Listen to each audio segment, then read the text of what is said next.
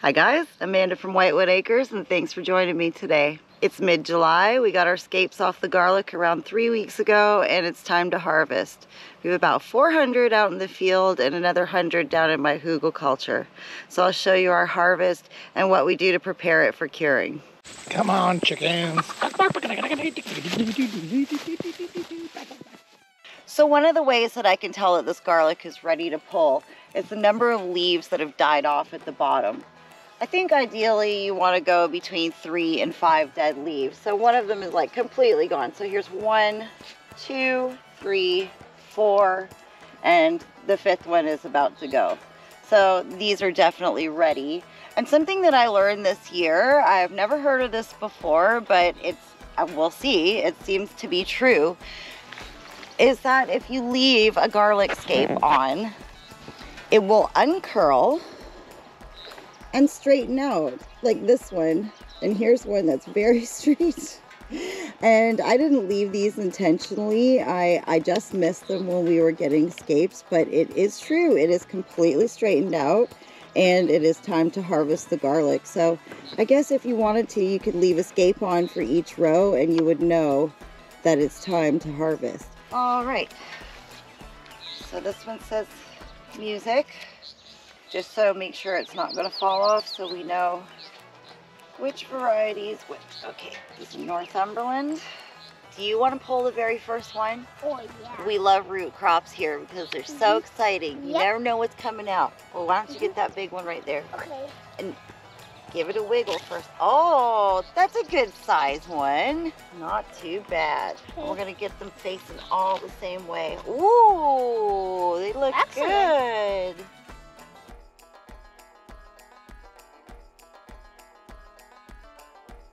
All right, so we've left the garlic patch and come down to my hugelkultur, and oh my goodness, in this primo soil down here, we grew some biggies.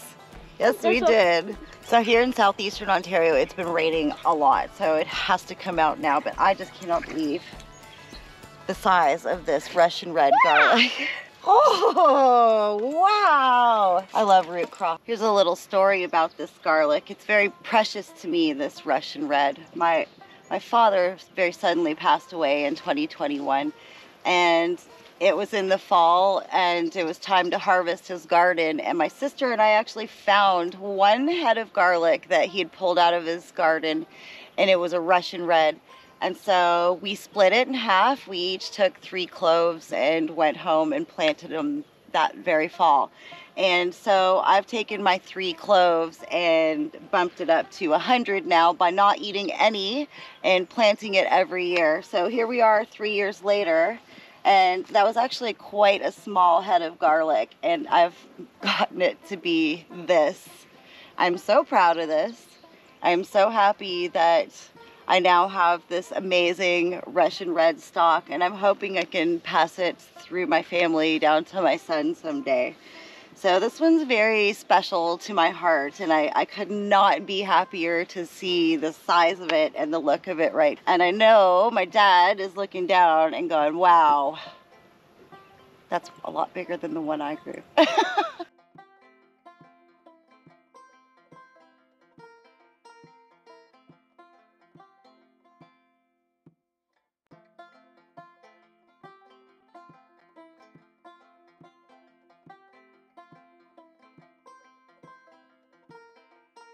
It's been a couple days since I pulled these garlics out. They need to hang for about 3 weeks to be cured.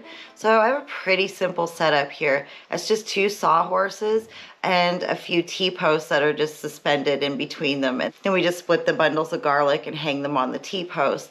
And there they'll sit for a few weeks until it's ready to clean them up and braid them.